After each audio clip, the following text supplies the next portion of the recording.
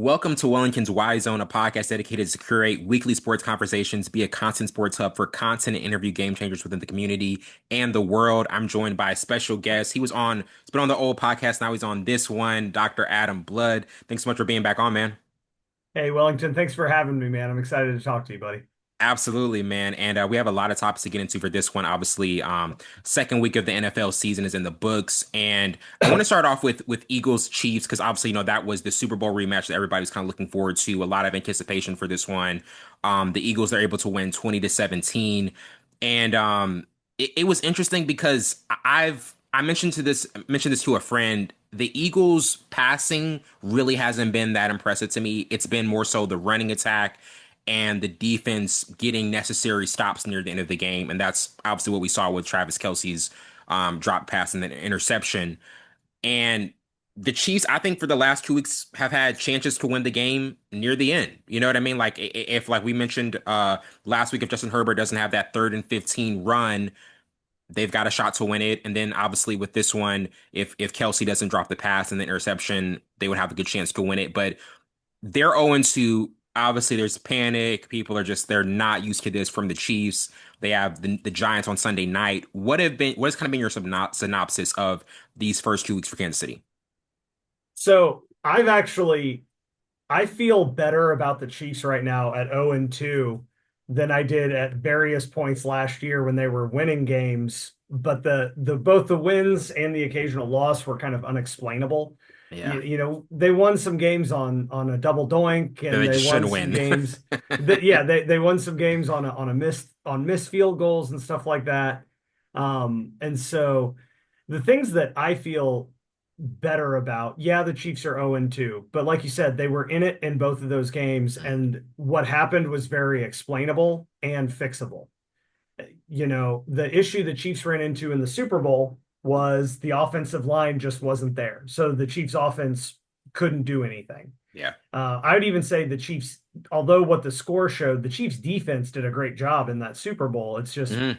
you're going to put up 40 when your offense is on the field all the time. Yeah. And it was and it was Mahomes had that rush in his lap every play. I don't think that Eagles pass rush is what it was in the Super Bowl. They've got, too many new pieces. But I mean, that was the big issue. And the Chiefs got a steal with Simmons at left tackle. They're going to have to figure out the left guard position with Joe Tooney being gone.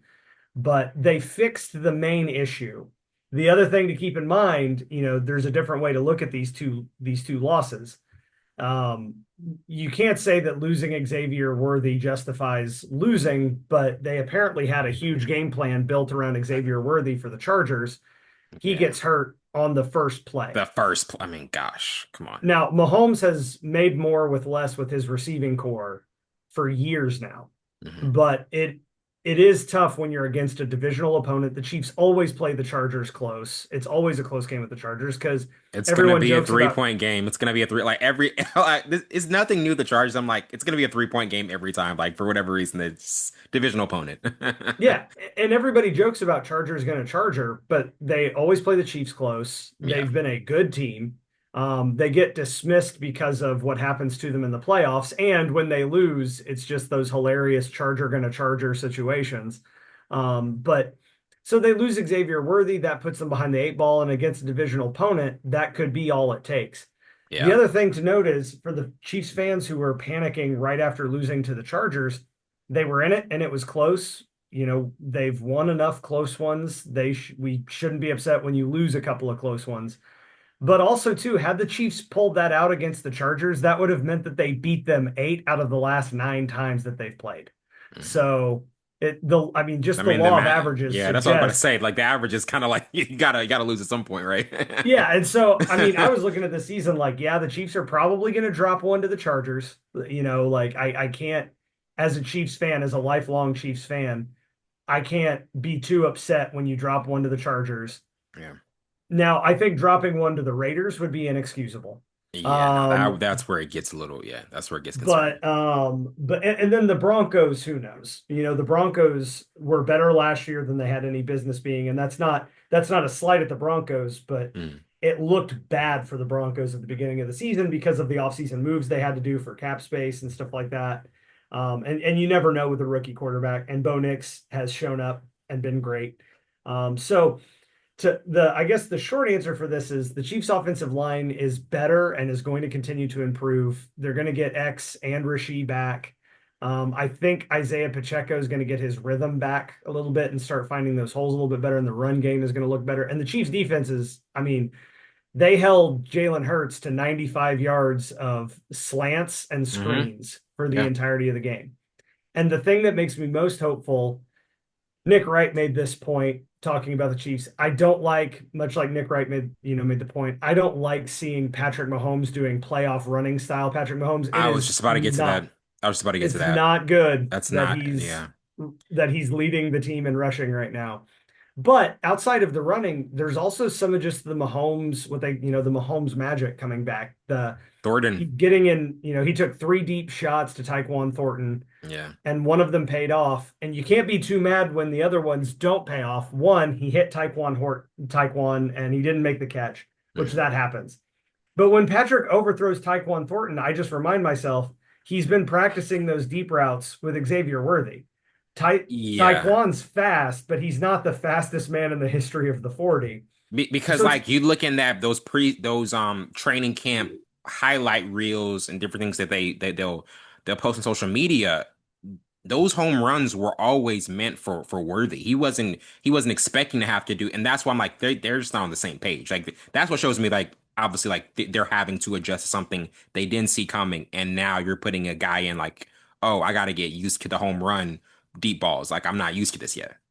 Mhm. And I think that's going to open up a lot. Everyone, Travis Kelsey, unfortunately, the biggest play that people are associating with him right now is that bobbled interception on the goal line, which, yeah, you've got to bring that in. You got to catch that. But Yeah. just the week before, he had that really slick 30-yard touchdown against the Chargers. And I just feel like watching him, he's moving better on the field, and Yeah, I think the rap against him right now is just it's kind of not fair because I still am seeing obviously, he's not as quick as he once was, but I'm still seeing some positives with Travis Kelsey. I'm still seeing some things like, yeah, like he still is showing some highlights that he does. Like, I mean, I don't see him just not being effective at all. It's one thing like last year where even though he still had good numbers, you could just see like, man, like he just is off. Like he's just really off. And I feel like this year he got into better shape, slimmed down. He was carrying a lot more weight last year, but this year it's like okay, like he slimmed down, like you said, quicker even in that first game. It's just the drops he's making are just that's what killed him in the second game. well, and I think also when the Chiefs get back Rashee Rice, because it's not like they're getting Rashee Rice back from an injury where it's going to take him some time to get his body back. I mean, they're getting him back from a suspension.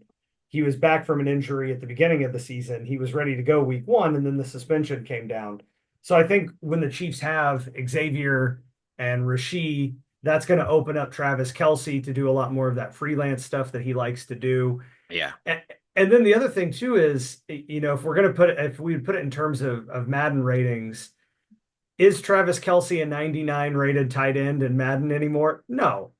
But you can do a lot with an 85 rated tight end, oh which yeah, is what a lot of teams would wish would for, view Kelsey. Yeah, they would view Yeah, Kelsey at and so that. and then I just always like to say, I feel good anytime I see Travis Kelsey still doing his thing on the field because he's only a month older than me. So I'm like, man, he's about to turn 36, and then I'll turn 36 a month later, and it's just as long as Travis Kelsey is still playing, that makes me feel less ancient because I work with college students every day. So, Exactly. So with like if we're just going over the Chiefs next I believe their next 4 weeks. I mean obviously you got the Giants, Ravens, Jaguars, Lions. Like what do you think their record will look like after these next 4 weeks? If you had to like just if you just had to give like an eyeball test or just from what you've been seeing. well, there's the eyeball test and then there's history. Yeah. So I think that the Chiefs, I'm in the back of my mind sort of comparing this to the year after the Super Bowl loss to the Bucks Mhm. and how they responded. Now, they responded with getting to, for the second time in Mahomes' career, overtime in the AFC Championship game and losing. You're right. If people remember that season after they lost to the Bucks, the Chiefs looked rough through like week 8. They Yeah. looked pretty rough. So, and the other thing that a lot of people get frustrated about with the Chiefs because they're a dynasty is that they don't just go blow out bad teams.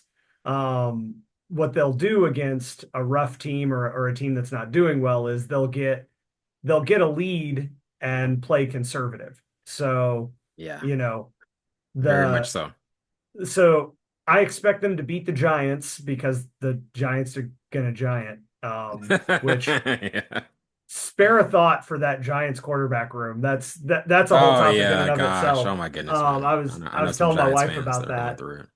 It's a sitcom in that quarterback room. And not too much make fun of them, just the cast of characters they have. It's a But I crazy mean, cast. yeah, I would anticipate that the Chiefs beat the Giants, but I think they're going to beat the Giants in a way that's going to frustrate a lot of football fans because, like, Yeah, it's going to be an odd. I'm telling you, I've been preparing people. It's going to be an odd win. It's going to be an odd win. It's not going to look like how you think it's going to look. I promise you. yeah, Chiefs play weird against bad teams. I promise You you, know, they man. they just and Mahomes has hilariously said, well, he just keeps games close. That's what he does. But the thing there is the Chiefs are always kind of continuously building with an eye towards the offseason.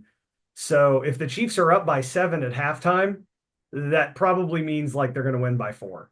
And that's So what makes them, and that's what I tell people, that's what makes it different. You can't view them the same way as you guys view the Patriots because if this is Brady and the Patriots, all like they're about to like tear the walls down and just go bananas. But that's not how that's not what the Chiefs are gonna. It's just not gonna be that way. Especially with this version of the Chiefs. This is a different version of the Chiefs team than what we've seen in the earlier part of the dynasty. yeah, but I mean, even when the Chiefs were when it was 2019, 2018, Patrick Mahomes, they didn't blow people out a lot. Now they Mhm. were electric. They had Yeah, amazing the highlights, offense. Yeah. great numbers, that sort of thing. But the Chiefs, I feel like Andy Reid's impulse when the Chiefs are up, it's like why run a whole lot of explosive offense? Like Yeah. don't give the other Just guys get the win. film. Yeah, get the win. Yeah, just get the win, do what needs to be done. So I would So you so anticipate. you think so that's wow, that's an interesting point. I want to get to that before we move on. So you view as when they're not really just going on and on and on, running it up. You view that as Andy Reid saying, "Okay, like let's just save it for next week." That's how you view it. I mean, there's been a lot of talk amongst like Chief specific media coverage about Andy Reid saving stuff for the playoffs. Mhm. And so I you'll notice, and I think this is kind of what got the Lions. When the Lions got up, that was when they tried stuff. They tried, weird reverse passes to left guards declaring eligible. I think the Chiefs, I don't know that they really pack it in a whole lot, but it seems like they go to a couple of base sets of plays when they get up. Mhm. And those are the things that the teams would prep against anyway. Um, you just don't see them try crazy sorts of trick plays other than the kind of goofy stuff. Like they get up on the Raiders and they do snow globe. I was about to They, say, I literally, I know it's so funny you said that because I've been thinking about that play and I was like, what is that play called? Because it just cracks me up every time I think about it. But you said it. yeah. Yeah, and so, but I do feel like Andy, it's not maybe so much that he has like a playbook that he keeps in his back pocket that he's like, save these for the playoffs, but I do think he gets a little vanilla when the Chiefs are up. Yeah, understandable. And I mean, I think the best thing for the Chiefs would be if they do get up on the Chargers, just work on the running game. Just see if they can try to, because they developed a pretty good ball control offense in the last couple of years, and the running game hasn't been great against the Chargers or the Eagles. Like the Yeah, numbers look great, but that's because Patrick Mahomes keeps taking off. So see if, try to feed, I think if the Chiefs get up, feed Isaiah Pacheco the ball and yeah. see if he can start hitting those holes a little bit better. And so I I think mean, that's the best outlook for the Chiefs. And then yeah, it wouldn't surprise me if the Chiefs drop to like the Ravens and the Bills early in the season. The Chiefs always lose to the Bills in the regular season. Um, I think that the Chiefs have determined somehow that losing to the Bills in the regular season is part of the formula to beating them in the playoffs. It's one of those, it's almost a conspiracy theory. It's one of those things like there's no way of providing evidence for it, Yeah, but yeah. but I wouldn't be surprised. I wouldn't be surprised if that's just something like, yeah. I mean, hey, like just have a good time out there. We know we'll beat them in the postseason. yeah. Like it's. I'm So not saying that they're saying that, but it's almost the feel you get sometimes of how these games play out because they never seem panicked after they lose to the Bills. Never seem panicked. So. no, and I think it feels like every time like the teams that will come up and beat the Chiefs in the regular season and then the Chiefs beat them in the playoffs, it always feels like the Chiefs had something else that the other Yeah. team didn't have that just didn't come out in that game. So and I always feel that way with the Bills. Chiefs Bengals games are always weird. Chiefs Ravens are actually more, I think the Chiefs Ravens rivalry is really interesting because the team that always scares me the most is the Ravens. Even though, and I don't know why, because the Buffalo Bills always give us a cardiac arrest game. But for It's whatever just the reason, Ravens have just like I feel like every time I see the Ravens, I'm just like they literally have everything you want for like a championship formula. It's just like it's almost it's like to me logically, I'm like this is the team that should have dethroned Kansas City to get back to the Super Bowl. Like it should be the Ravens. It's like they got an awesome quarterback.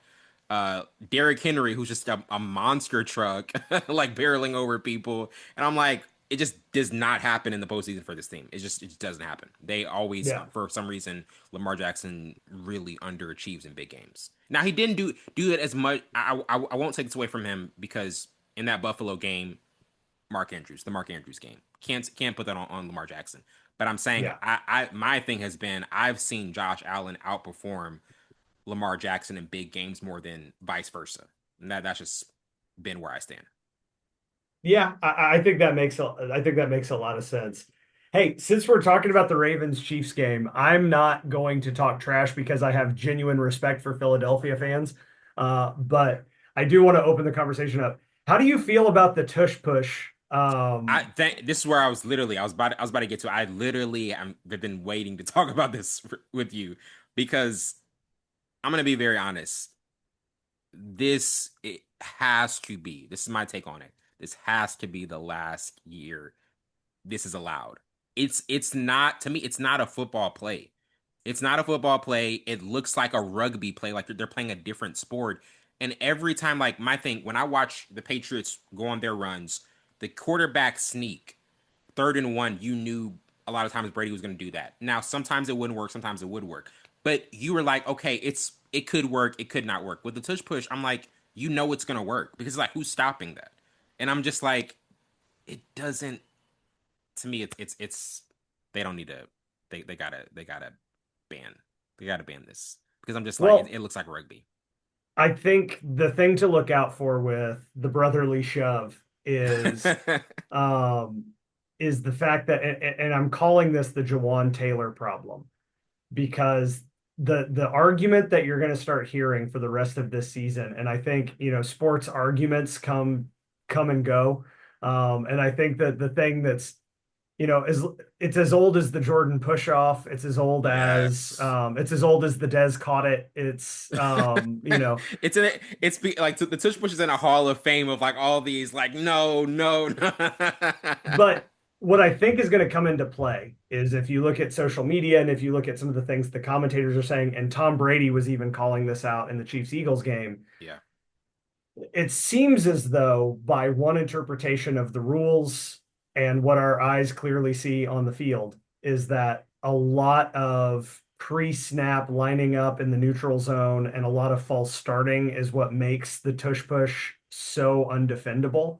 Yeah. And the issue now is we as fans can argue about it. Because they have all these images of like the line, the way it's drawn, and they draw the red line for the neutral zone, and it really looks like they're just lining up off sides. That yes. The issue is that I don't know if that's true, and I'm not going to make an argument either way. Yeah. But because it's been talked about, because the commentary has been talking about it, anticipate flags to take away more of those tush push plays simply because The fans are talking about it, social media is talking about it, and the media doesn't, and the media is talking about it. And if you think I'm crazy on that, that's why I call it the Jawan Taylor problem. When the Chiefs played the Lions to open the season, the game that they lost on the bobbled interception, that pick six that bounced off.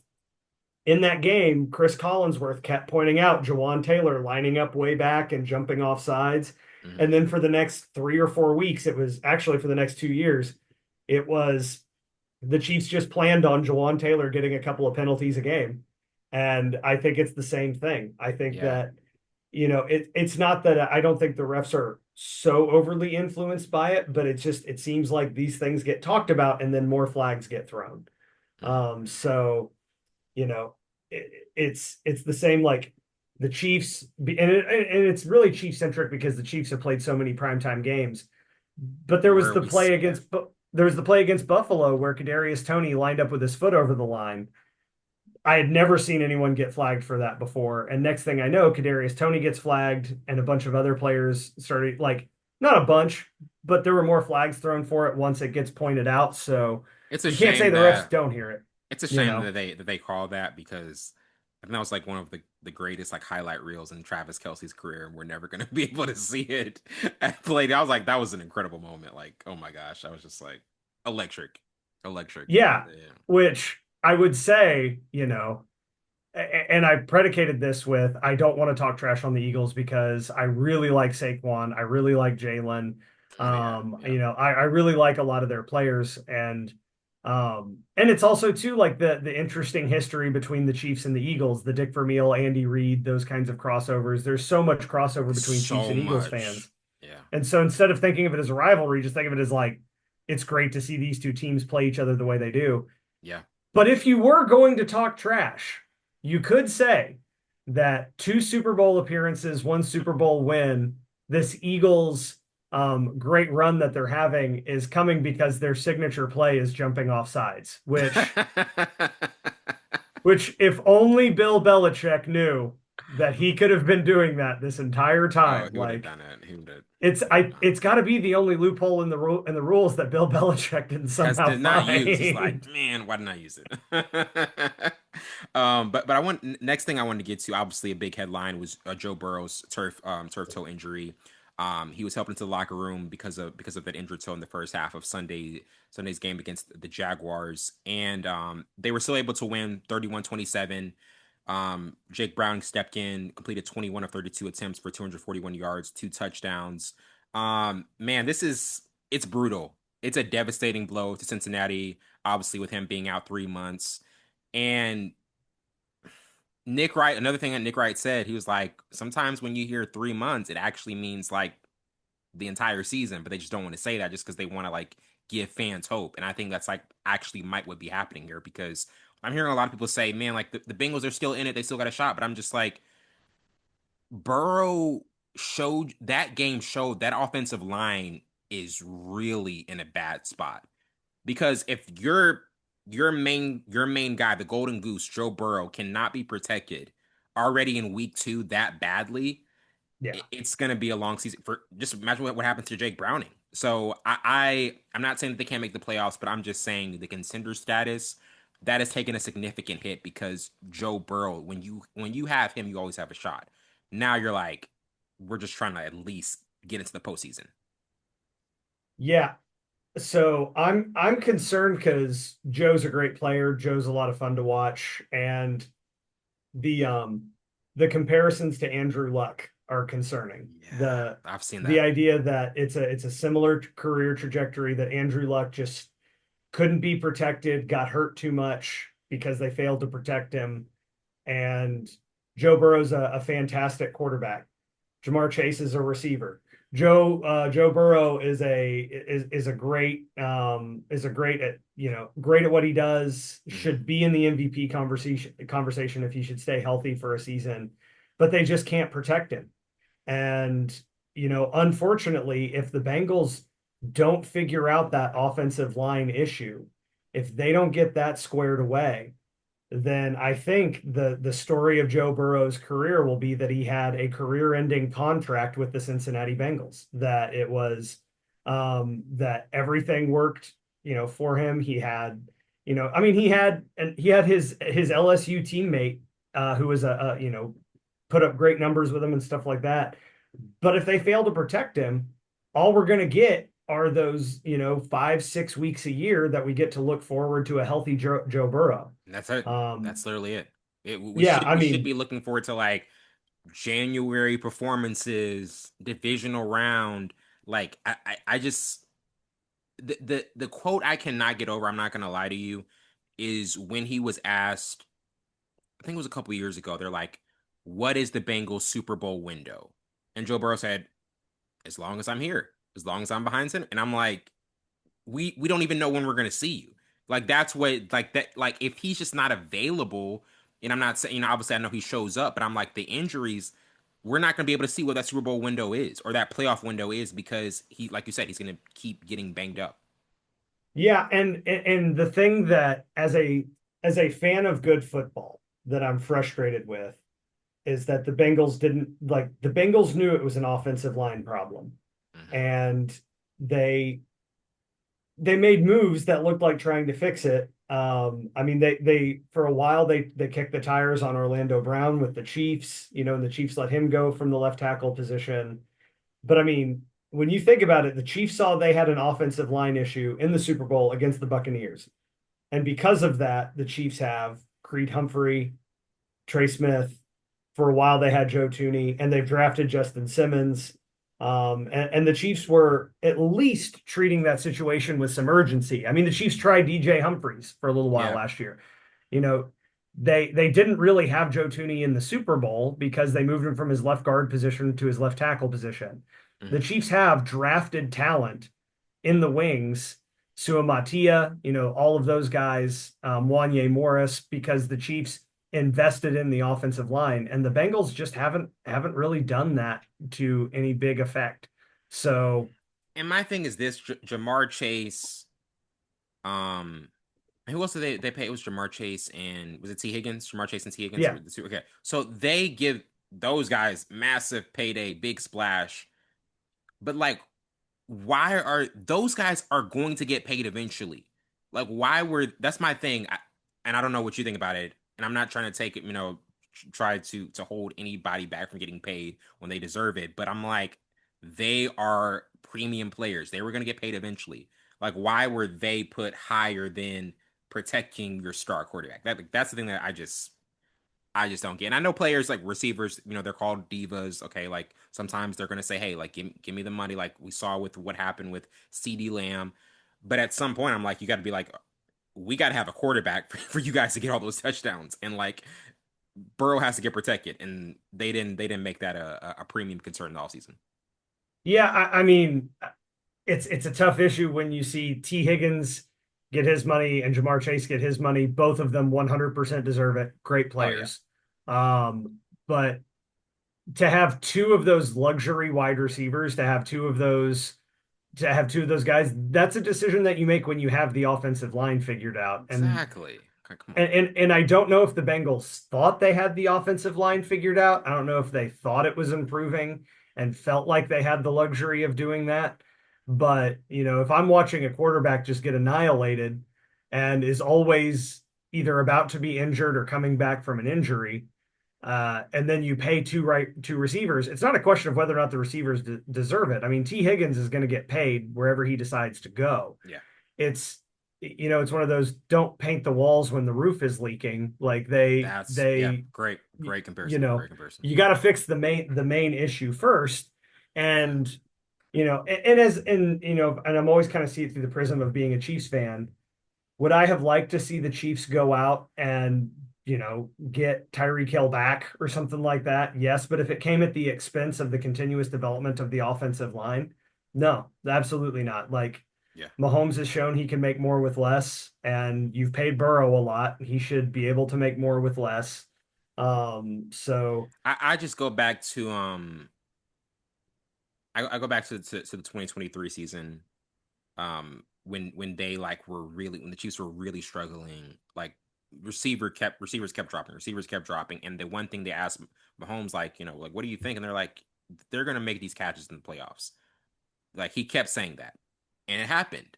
I think Hmm. like that's the thing the Chiefs realize. They're like, okay, no matter what receivers we have, Mahomes is gonna figure it out when it matters most. So like we know Tyreek Hill is amazing, they had magic, but that era is done. We can't go back and relive those moments because we know what guy we have, and they're like the Chiefs. They know their foundation. Sometimes I really wonder if the Bengals know what foundation they have because they make this. It's puzzling decisions. It's really puzzling. And now they're in a pickle. Yeah, I mean, as far as their playoff hopes goes, your original question, don't sleep on Jake Browning. He's a Yeah, I great, don't want to. Yeah, can't do that. yeah, he's a great backup quarterback. I mean, the sky isn't falling for them. I don't think that they're completely without hope. I think that, it's of course it's a bit of a letdown to go watch your backup quarterback play. That's not fun for a lot of teams. But I think that Browning took the Chiefs right to the limit. A couple of times he played. Browning is a good, solid backup quarterback. My issue is even if Burrow was banging on all cylinders, I had the feeling that the Bengals had kind of taken a step back this offseason anyway.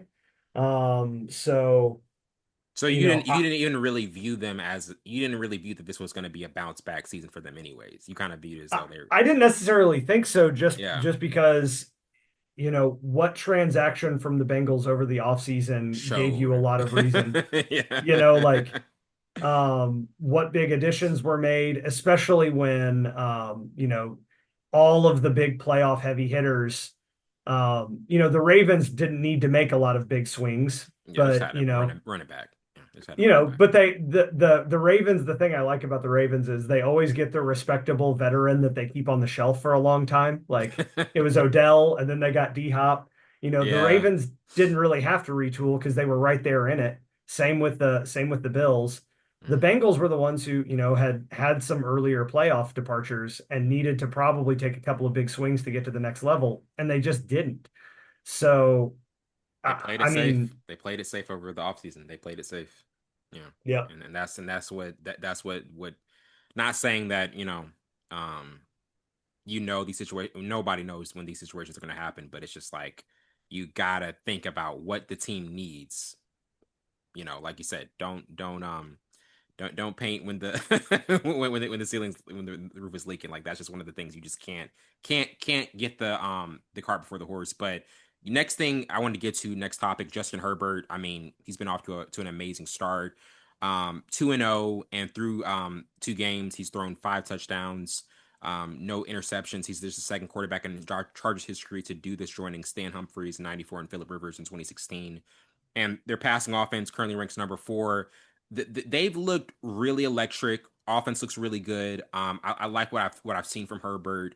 Um, and I know like the MVP thing way too early. I know that was the topic, but like just in terms of what you see from the Chargers and Herbert, like how much of a contender threat you see them in the in the AFC, because like there's a thing like you got to win the big playoff game. They got to win the big playoff game. They've not been able to do that yet. But like, do you think this year could be different from them from what you're seeing early on? Oh, I mean, I think the Chargers have every reason to be hopeful. I think the Chargers look great. And Harbaugh's they do it right. Harbaugh's, they're good at building teams if there's a football team to be assembled somewhere and you have a Harbaugh in charge of it, you're gonna get some good results. Oh yeah, The question is, if it's going to be playoff victories, that sort of thing. And the margins of error are so close in those situations that it would be silly to dismiss somebody if that doesn't pan out. But I mean, Herbert's been great. And I think for the last several years, the quarterback conversation has been Allen, has Lamar, Patrick Mahomes. Who's the fourth guy?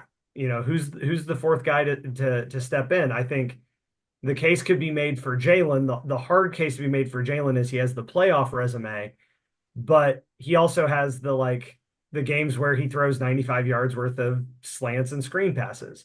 yeah, Um, you know, who's going to be the next guy to enter into the conversation?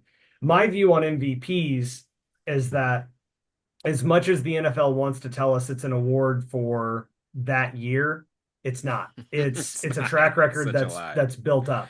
Yeah. And so, and the last time we were on this podcast, what we kind of talked about was when Allen won it, it was really his, we made the comparison to Martin Scorsese winning the Oscar for The Departed Yes, when he such should a have won it good, for yeah. Goodfellas, right?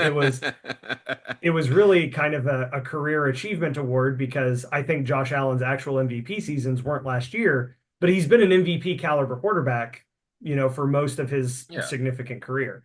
So my thinking on Herbert, of course, yeah, 2 weeks is a little too early, but he's been consistently good for enough years, but has not been thought of in the MVP conversation. So I sort of feel like winning the MVP, unless you're like a Mahomes, Allen, or Lamar Jackson, Hmm. it's a 2 year campaign. So I'd be, of all the guys in the league, of course I'd like to see Mahomes win it every year. But like, but I think if it's the next guy, I would love to see Herbert win it because I like the way he plays quarterback. I'm a big Herbert fan. Big Herbert. I mean, you look through like the years he's been in, he's thrown for like the most passing yards, I think, of like anybody in the amount of years he's been in the league. So I mean, he's been doing some crazy stuff. He's been doing some like insanely crazy stuff. And I'm like, he's got all the tools, like run. I mean, there's not much Justin Herbert can't do. You know what I mean? He's just an awesome quarterback. But it's like the question is the resume and it's like you got to put your time in. You got to put your time in the amount of years you've been in, and he's like you're never gonna win it when you should win it. Like you said, you're never gonna win unless you just have an undeniable season. But most of the time, it's Allen probably should have multiple MVPs by now, but it's just Yeah, like then like the sympathy award, like all right, you had a heartbreaking loss, here you go, So it's just like yeah, that's what it felt like. yeah, and I think the issue that Herbert's going to come into is that the Chargers have had these heartbreaking playoff losses and have had these really disappointing ends to the season for the last couple of years. And the MVP is voted on by people who have a mind for the shield. They have a mind for the entertainment product of the NFL. They have a mind for I don't want to say the PR, but the image of the league. And Justin Herbert would be great for the image of the league. He's not just Oh yeah, an excellent player, has all the tools, can run, can throw, puts up good numbers, but he's also a good dude. Like all of his interviews are great. There's absolutely nothing, solid guy. you've got to be that kind of COO quarterback. Hmm. The issue is, I think that until the Chargers can demonstrate that they can win a playoff game, which a little known secret about me, there's divisional rivalries. Um, I want if the Broncos, Raiders, or Chargers are in the playoffs, I want them winning every game except for when they play the Chiefs because I'm proud of like the AFC West division. So there's actually some Yeah. situations in which I'm cheering for the Chargers because because like I believe the AFC West has been better than a lot of people gave it credit for the last several years, even before the Chiefs. I say all of that to say none of the people who vote for the MVP, I think a fear in the back of their head is that they give the MVP award to somebody who not his fault, but loses in the wild card or the divisional round. Mm, You want your quarterback to be in the conversation on, conference championship weekend and Super Bowl weekend. yeah. And the reason why Burrow, Lamar, Josh Allen, Patrick Mahomes, the reason why they've been in this conversation is that they also kind of put it up in the playoffs. You cannot separate that from your mind. You cannot take it out of your mind that it's like we get far enough into the playoffs and the Chargers just aren't there.